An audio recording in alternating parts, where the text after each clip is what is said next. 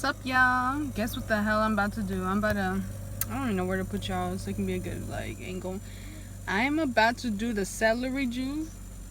I hate when my lip gloss does this, but anyways, I'm gonna do the celery juice cleanse for a whole week because you know your girl's been eating so bad during quarantine and I just can't do this no more. So I'm about to do, I'm about to do the celery juice cleanse for a whole week. I'm gonna see how that goes. But right now I'm gonna go get some real tacos because I haven't had breakfast and I am starving. Then when I come back, I will show y'all how I do it.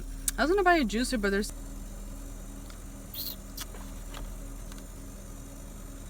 I need some more lip gloss. I hate how sometimes lip gloss dries out, but this is a good lip gloss.